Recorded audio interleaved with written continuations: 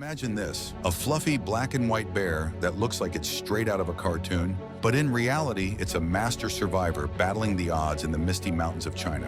What if I told you that behind those adorable eyes lies a creature that devours up to 84 pounds of bamboo a day just to stay alive, has a thumb that's not really a thumb, and gives birth to babies smaller than a stick of butter? Stick around, because today we're diving deep into the wildlife of giant pandas. And trust me, it's more epic, dramatic, and full of surprises than you think.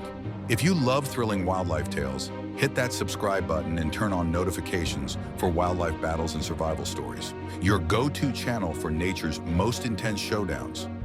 Giant pandas aren't your average backyard bears. These iconic animals, scientifically known as Aluropoda melanolica, call the temperate broadleaf and mixed forests of southwest China's mountains home, roaming elevations between 5,000 and 10,000 feet. That's up to about 3,000 meters for our metric friends. Picture dense bamboo thickets shrouded in heavy clouds, with torrential rains or thick mist year-round. These high-altitude havens in provinces like Sichuan, Shanxi, and Gansu provide the perfect cool, humid environment for bamboo to thrive, which is crucial because bamboo makes up a whopping 99% of their diet. Historically, pandas roam lowland areas too, but human activities like farming, logging, and development have pushed them into these remote, fragmented mountain pockets. Their total habitat now spans about 13,000 square kilometers, roughly 5,000 square miles, but it's broken into isolated patches, making life a constant challenge. They're solitary by nature, preferring to keep to themselves except during brief mating seasons. A panda's territory can range from 4 to 6 square kilometers, about 1.5 to 2.3 square miles. And while ranges often overlap, they avoid direct confrontations. Instead, they communicate through scent marking, rubbing secretions from a large gland under their tail on trees, rocks, or the ground. These olfactory messages convey everything from identity and sex to social status and reproductive readiness. Males use scents to define their living areas, while females signal when they're in estrus. In the dense, fog-enshrouded forests where visibility is low, smell is king. Pandas don't rely much on visual cues because their round faces aren't very expressive, and they lack flexible ears or tails for signaling. Picture this. A panda's day starts at dawn, and it's all about one thing: eating. With a diet that's 99% bamboo, these guys munch through 26 to 84 pounds of the stuff every single day, depending on whether they're chowing down on leaves, stems, or the nutrient-rich shoots. That's like you eating over 50 large pizzas in one sitting. But here's the twist. Pandas have the digestive system of a carnivore, which means they only absorb about 17% of the nutrients from what they eat. Their guts aren't built for breaking down cellulose, the tough fiber in bamboo, so they have to eat massive quantities and pass it through quickly. Up to 16 hours a day foraging and feeding, and they can defecate up to 50 times daily. To make it efficient, they sit upright while eating, freeing their front paws to handle the bamboo. And get this, they get most of their water from the bamboo itself, which is juicy and hydrating, but they'll also drink from streams or even lick dew off leaves to supplement it. Weighing in at 75 to 135 kilograms, that's 165 to 300 pounds, and stretching 1.2 to 1.8 meters long, pandas might look cuddly, but they're built for survival. Males can tip the scales at up to 250 pounds, while females max out around 220. Their thick, woolly coats keep them warm in those chilly highlands, with black fur on their ears, eye patches, muzzle, legs, shoulders, and a short tail, contrasted against white on the rest of their body. Why the striking black and white pattern? Scientists think it serves multiple purposes. Camouflage in snowy or shadowy bamboo forests, where the white blends with snow and the black with dark tree trunks. Temperature regulation, with black absorbing heat and white reflecting it. Or even social signaling to avoid aggression by making them easily recognizable from afar. Interestingly, their eyes are different from other bears. They have vertical slits like cats, not round pupils, which might help with low-light vision in the misty mountains. Despite their size, pandas are surprisingly agile. They're excellent tree climbers. Cubs start practicing at just 5 months old, often using their mom's back as a jungle gym, or scrambling up trunks to escape threats. Adults climb too, sometimes to nap in branches or reach fresh bamboo. And did you know they're great swimmers? These bears can paddle through rivers with ease, escaping predators or just cooling off on a hot day. Though they're slow on land, rarely breaking into a run, just a leisurely walk or awkward gallop, they've got some acrobatic moves, somersaulting, rolling, dust bathing, and even standing on their hind legs to reach higher bamboo or get a better view. Life in the wild isn't all play though. Pandas are slow movers, which makes them vulnerable to habitat loss, the biggest threat to their survival. With fewer than 1,864 left in the wild as of recent counts, and another 600 in zoos and breeding centers worldwide, every day is a battle against deforestation, infrastructure like roads and dams, and human encroachment. These developments fragment their habitat, isolating small populations, and making it hard for them to find mates or new bamboo sources. Bamboo itself poses a risk. It flowers and dies off en masse every 40 to 100 years, taking 5 to 10 years to recover, which can lead to starvation if pandas can't migrate to new areas. Poaching has declined thanks to strict laws like China's Wildlife Protection Act of 1988. But accidental snaring for other animals like musk deer still happens. Climate change adds another layer, potentially shifting bamboo growth patterns and forcing pandas higher up mountains where food might be scarcer. Pandas have some clever adaptations up their sleeves to cope. That famous pseudo-thumb, actually an enlarged wrist bone covered in a fleshy pad, acts like an opposable thumb, letting them grip bamboo stalks with incredible dexterity. It's an evolutionary marvel that sets them apart from other bears.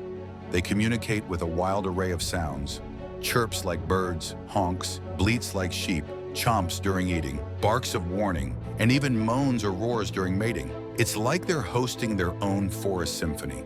During the day, they balance eating with resting, napping 2 to 4 hours between meals, sometimes up to 6 in summer, often in a sprawled-out position on their side or back. They even continue to defecate while sleeping, and researchers can tell how long they've rested by counting the droppings. 5 to 10 for short naps, 11 to 25 for longer ones. Reproduction adds another layer of drama to the panda saga. Females are only fertile for a few days each year, usually in spring from March to May, leading to intense, short-lived mating rituals. They ovulate once annually with a conception window of just 2 to 3 days, relying on vocal calls and scents to attract males. Males compete fiercely, sometimes gathering in groups of 1 to 5 around a single female, getting aggressive with bites and scratches. Once mated, pandas experience delayed implantation. The fertilized egg doesn't attach to the uterus for 2 to 3 months, so gestation lasts 90 to 184 days, but actual fetal growth is only about 2 months. When a cub is born, usually in August or September, it's a miracle of tininess, pink, hairless, blind, and weighing just 100 to 112 grams. About 1/900th the size of its mother, the smallest newborn relative to adult size among placental mammals. Twins are common, nearly half of captive births, but in the wild, moms typically raise only one, abandoning the weaker to ensure the stronger survives. The cub stays in a den, often a hollow tree or rock crevice, for the first 100 to 120 days, nursing on rich milk that's 20% fat. Eyes open at 45 to 80 days, first steps at 75 to 80 days, and they start eating bamboo around 14 months, fully weaning at 18 to 24 months. Cubs remain with mom for up to 2 years, learning climbing, foraging, and survival skills. Females reach maturity at 4 to 7 years and can breed every other year at best, potentially raising 5 to 8 cubs in a lifetime. In the wild, pandas live 15 to 20 years, but in captivity they can reach 25 to 35. That's like adding a decade thanks to vet care and steady food. Here's a mind-blowing fact. Despite their bamboo obsession, pandas are classified as carnivores in the bear family, related more to raccoons evolutionarily. Fossil evidence shows they've been munching bamboo for at least 3 million years, outlasting predators and adapting to one of the toughest diets in the animal kingdom. But they're not strictly herbivores. They've been known to eat grasses, bulbs, fruits, insects, rodents, and even carrion when bamboo is scarce, though it's rare. In captivity, they get treats like cereals, milk, and veggies, but bamboo keeps them healthiest. Conservation is where the real battle rages, and it's a story of hope amid peril. Once listed as endangered, the International Union for Conservation of Nature downgraded pandas to vulnerable in 2016, thanks to decades of effort. China has expanded reserves from 14 in the 1990s to over 67 today, covering more than 3.8 million acres of forest and protecting 54% of panda habitat. Organizations like WWF, which has used the panda as its logo since 1961, inspired by Chi-Chi at the London Zoo, work on creating green corridors to connect fragmented populations, patrolling against poaching and logging, building local management capacities, and conducting research. WWF was the first international group invited to China for conservation in 1980, and their work includes policy advocacy, habitat restoration, and equipping communities with sustainable alternatives to deforestation. Zoos play a huge role too. Places like the Smithsonian's National Zoo have bred pandas through artificial insemination, producing stars like Taishan in 2005, Bao Bao in 2013, Bei Bei in 2015, and Xiaoqi in 2020. These programs preserve 90% genetic diversity, and cubs are often loaned back to China after a few years to bolster wild populations. Ecotourism brings economic benefits to locals, encouraging protection. Pandas are an umbrella species, safeguarding habitats for other animals like golden monkeys, takins, and crested ibises. With over 120 pandas in Chinese captivity and 15 to 20 elsewhere, breeding success is rising, but reintroduction to the wild remains tricky due to habitat issues. Let's sprinkle in some more fascinating facts to blow your mind. Pandas molt their fur like dogs, shedding in summer to stay cool. Their rear paws point inward, giving them that signature waddling gait. Cubs are so protected in their first month that moms don't even leave the den to eat or drink, losing up to a third of their body weight while nursing. And did you know pandas have been around for millions of years?